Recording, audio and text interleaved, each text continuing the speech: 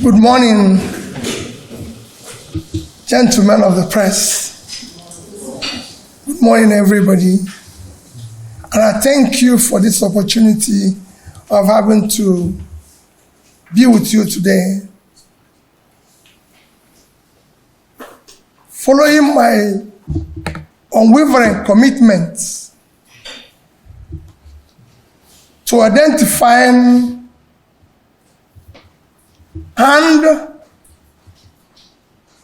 being able to find solutions to critical areas of need and our development, I've come to address a number of issues this morning.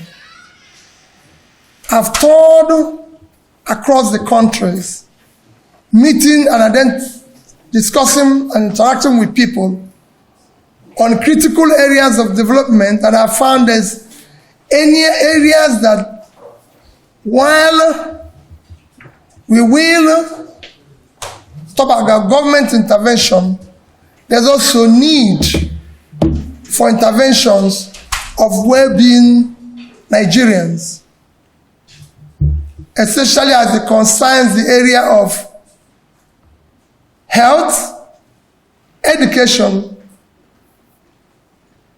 and pulling people out of poverty.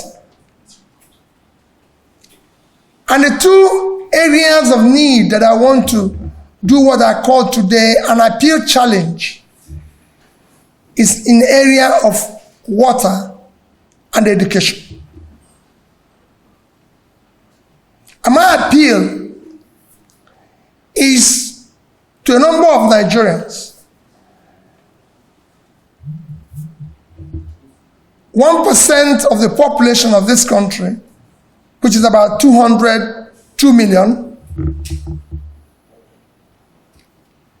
I believe control about 70% of the national wealth. But my appeal is to 0.1%, 200,000. So it's even below the 1%. In water, I found the continuous need for potable water across the country, which to provide pipe-borne water will take several years, which I urge the government to do whatever it takes to start in that direction. But in the meantime, to have a short-term solution that can impact greatly, there's need to drill boreholes across the country. And my appeal is to these 200,000 people to drill at least one borehole a year. Just one. You could do more, but do one a year. This will cost between 5 to 10 million, just one a year. And that will be 200,000 boreholes scattered all over the country. And it will go a long way in solving this problem while we wait for government to do the potable water system, the pipe-borne water system. My second appeal is in the area of education. Education, as you all know, is the most critical tool of development. The more educated any nation is, the more developed, the more they pull their people out of poverty. And poverty has been an issue of challenge, even in our security. And we need to deal with it head on. And I've taken to do a study of how we can help, especially as we have millions of children out of school, mostly in the north. And I've taken to various states, taken stock of various studies, especially with the Almajiri school system, or learning system as it case may be. I've now visited those who are, you can call the teachers, and had the opportunity of taking time and immerse myself into the Quranic learning with the young kids. And I could see in them very brilliant people that will be doctors, lawyers, scientists, competent political leaders of tomorrow.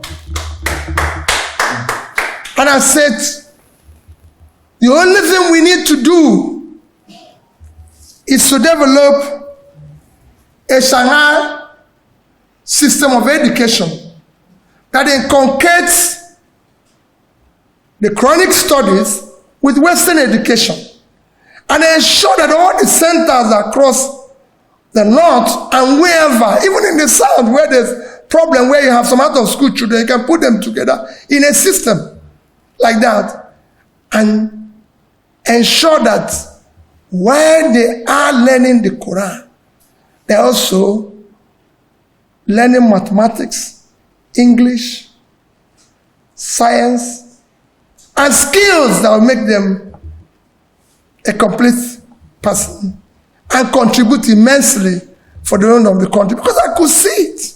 It's clearly a talent that is missing, and this is easy. I went further to study the cost implication,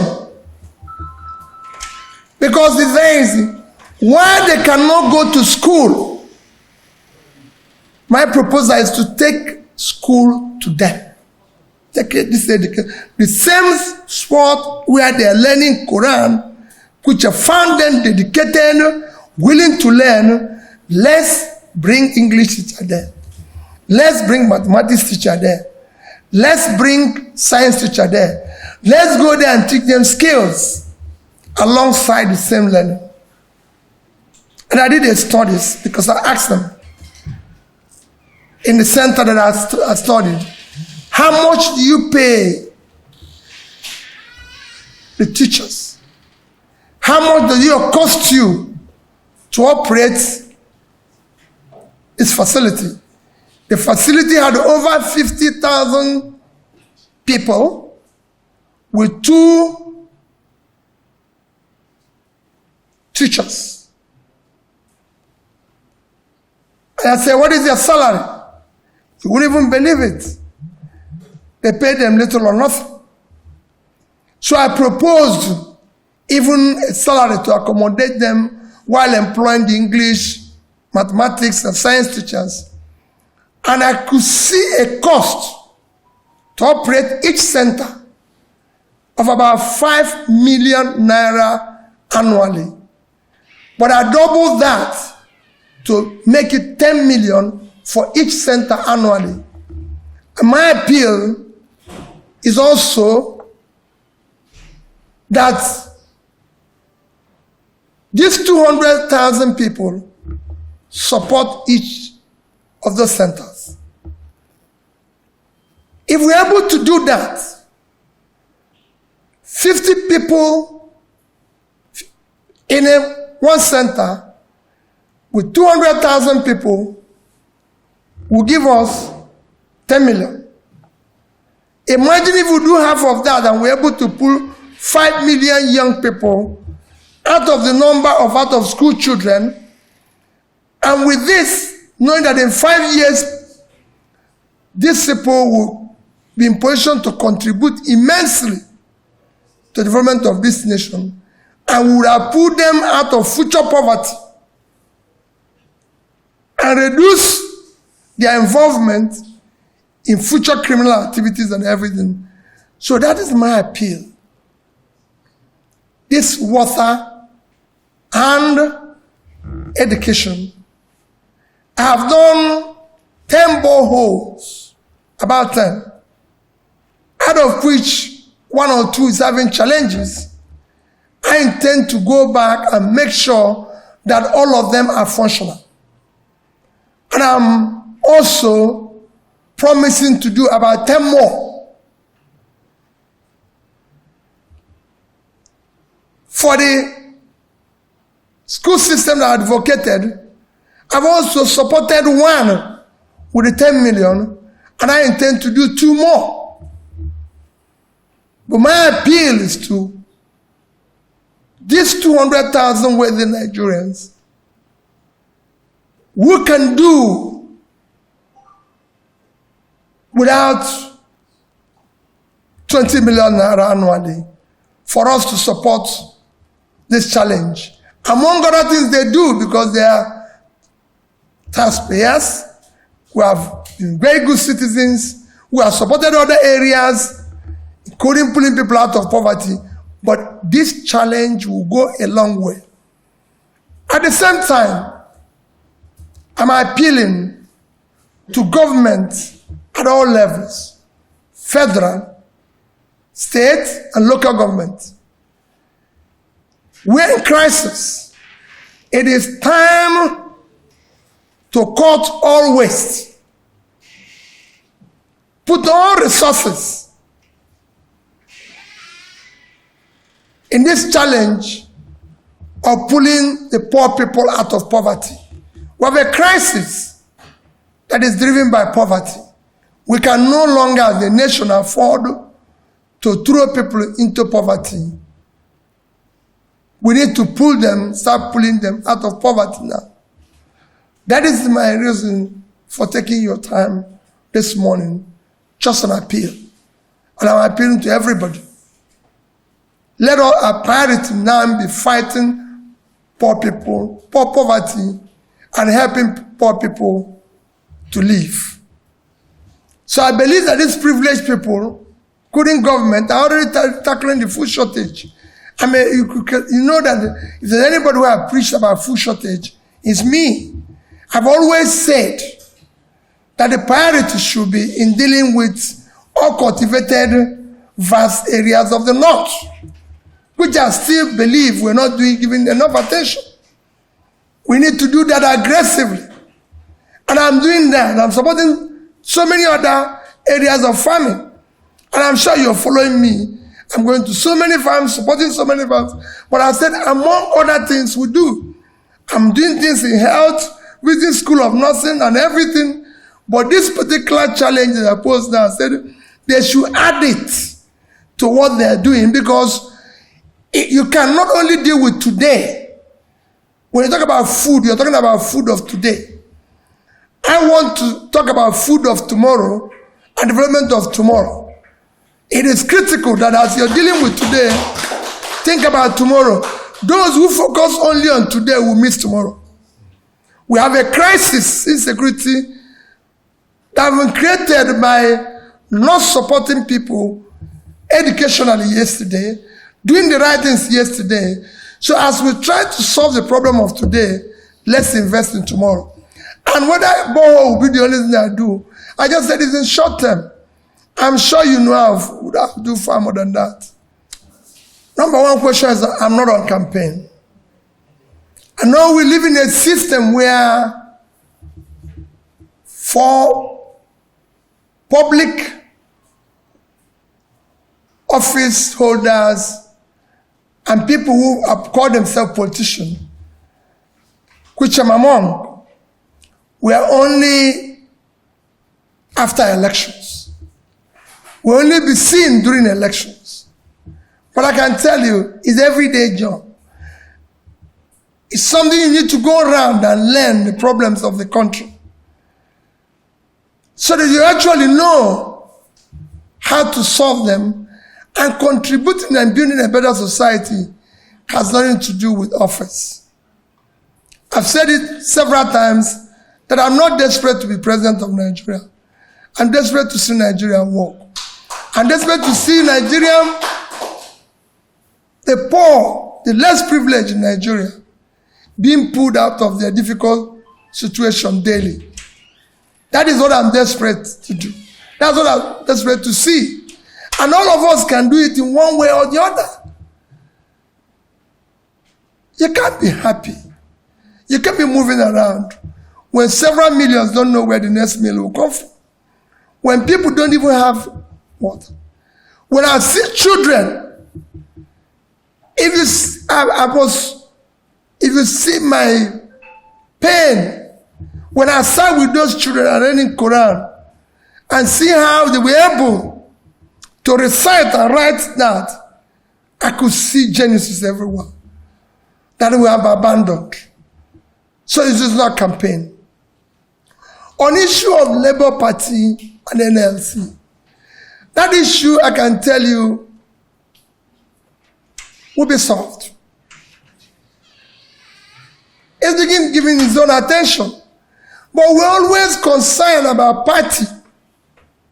We're not concerned about what we're supposed to be concerned about, which is the future of the people. It is about the people. So for me, the people are where I'm focusing. On the issue of what I would have done if I was president, let me tell you, my brother. If I was president of Nigeria today, nobody would think of any new road until we finish the existing ones. You see, in this country, we are always trying to do things out of priority. Today, my brother, you can't move from Lagos to Badagry. A short road of less than 100 kilometers. It's been under construction for several years. Lagos Ibadan is just being completed for several years. You can see Badagry Tori. The same thing if you come in to the north, you look at Kanu to Kaduna, Kanu to Medugri, Sokoto to Funtua. I can show you all the roads. In Kaduna, I drove from Kaduna to Abuja yesterday. Just Kaduna bypass alone can keep you 4 hours. And when I go to Jere, it is the same thing. You can't go from here, drive from Abuja to Okene to Awuchi to Benin. In fact, Benin to Awuchi road is impossible. You can't go from Benin to Sapele to Warri. You cannot go from Calabar to Uyo. These are roads. You can't drive today from 9th Mile to Makurdi. These are roads that are already existing and have gone bad and we need to repair. That's where we need to put our resources and deal with it. We already have a network of roads that if we fix it, you can be able to move the economy. They introduce new one. Why are people introducing new things when the existing one is not existing? When I was governor of Anambra State, I started by completing the roads started by my predecessor, Dr. Chris Ngige. And then after that, you can add a new one. Because there's existing roads that are not, you cannot even drive past. So for me, that is the critical areas that needs attention. And that's where I'll concentrate. Well, let me again assure you, I'm not talking about the next election. I'm talking about solving the problem of Nigeria. The next election will come in 2027. Nobody knows who will contest in 2027 or those who will not contest. I'm preoccupied as a politician for now to deal with issues that affect the ordinary Nigerian. In terms of borehole, I said is a temporary, short-term measure before you have problem. If you have a situation where you have accident today, let me tell you, and they take you to hospital, and you need blood, there's an occasion where they will use a bit of a matching blood to deal with the system first until they get the right thing. So it is important that you understand. I didn't say this should be the solution. When I was governor, I did borehole in all the secondary schools. I know that when I was a student, we had a pipe-borne water in the school. But I did borehole because that was a short-term measure. Other people will now continue and do so. We must find a short-term solution to be able to get people to have potable water. And on what is in my mind, only God knows. Let me tell you, as you imagine the abnormality in Labour Party, it is not anything to be compared with what is happening in the other two parties. It is far minor, and it's something that will be dealt with. We're dealing with a system. Every system has its up and down, and it will be managed and everything. And I assure you, this will also be dealt with. There's nothing out of control in this exercise. Things go wrong and it's corrected. And I assure you, we'll deal with it. But again, I don't want to focus, but let's focus on the poor people of Nigeria. Have you ever heard that other parties audited their accounts? No, the Labour Party is... Yeah, we're doing that. We're doing that. We're not going to be reporting to you daily on the auditor's report. It is when the auditors ring on, and if you want a daily report on the auditors, we direct it to the auditors. They don't report to me daily. It is only when they finish. It could take them months, it could take them years. Even in their financial system, it takes years to audit an account. So it is ongoing. All I know is that we have engaged somebody. So that's it. And that's what we need to do.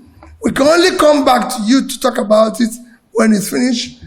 On the other issue, like I said, we are being consumed in the process of today and yesterday.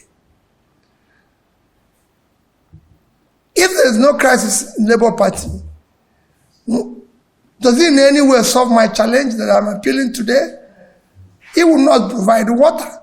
Will it deal with the Nigerian school system? No. I came to appeal for a different thing. And I listened to your concerns. And we will deal with that concerns. But please, I'm pleading with you, do not allow that to undermine my appeal. My appeal is what will help the poor people live a better life. That's what I go around. I've been going around this country trying to help in any way I can. And I'm appealing to other people to do the same thing. And that appeal, I need to enlist you as a partner, the press as partner, to help us to continue that direction without allowing it to be muddled up with the issue of party or no party. People, when we drill water, there's no party involved. There's no this. When I talk the issue of road now, is there any road built by any party? We want to road so people will pass. So let's deal with issues. Is there any party that buys food cheaper? So you say, if we solve this, it would have solved this. So let's deal with issues that are bothering our people today. My appeal this morning is about issues that bother on people. If there's an alliance, will it provide potable water? Will it drill a borehole? If there's an alliance, will it make school work? I will appeal that we concentrate on this my challenge and leave everything. The day we discuss politics, I assure you people I'll spend time with you. Today is strictly to appeal. And I want to enlist you people. In your villages, what I'm saying today is that. And what we're doing in this country is not fair to the people of the country, because we bother ourselves on issues of election, transaction, all sorts of things that does not concern the people. It is about the people. I've never gone to any of where I'm drilling borehole or paying for people to eat and everything and mention party. I will even tell them, I'm not here on campaign. You can vote whoever you want to when the campaign comes. However, I'm here to ensure that I support your well-being. And the well-being of the poor people is my concern 24 hours.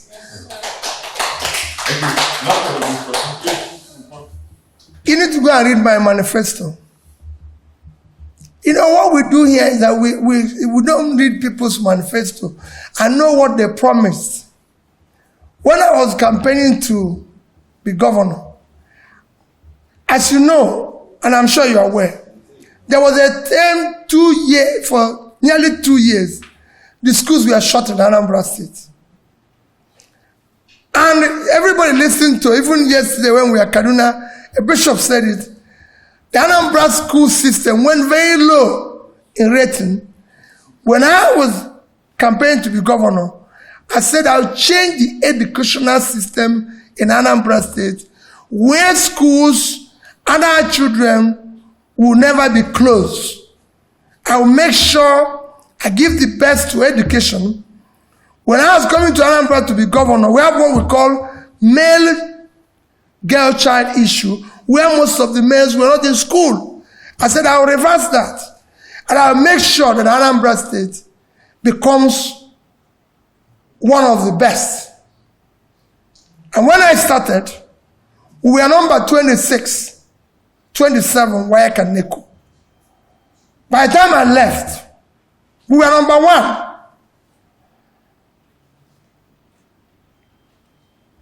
That is what. When I went to Anambra State, I know the state of the schools. When I left, every secondary school in Anambra State had, like I said, a borehole, they had computers, they had vehicles, they have generator. No other state in this country, not one, will say they were able to fit. You can go and ask even providers of computer. Even had every secondary school had internet. You can go and ask one of the famous makers of computer sets. Let me remember their name now. No, Xynos is the agent we use, but it's what we bought was the HP. When we ordered computers and desktop tech from HP, they told us, printers, everything. They say no government can afford this. But we bought them at a go, 30,000 complete sets for our various schools. No government was able to do that. We were able to train our teachers and everything. And the result is what you're seeing today. And to even go further, while I do not know who said that and I don't want to know, but let me help you further.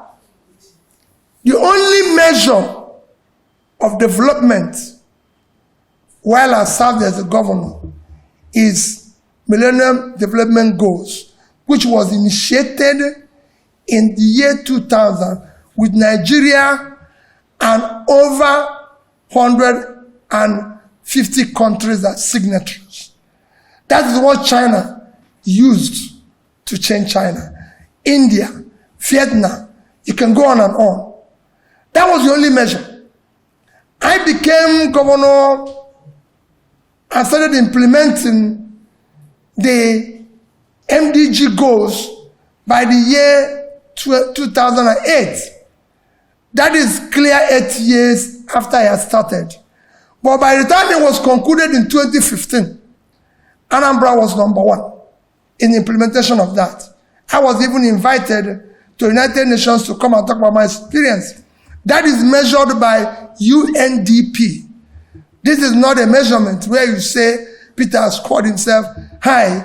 And I can tell you, our school, our hospitals, and assistants became model for every other person. So I believe that we did the right thing. Those who are looking for the wrong thing, what I promised the people I delivered. I live in Anambra State today. I live in Onitsha. I'm just going there now. Thank you. Thank you very much, Mr. Victor. Thank you very much for...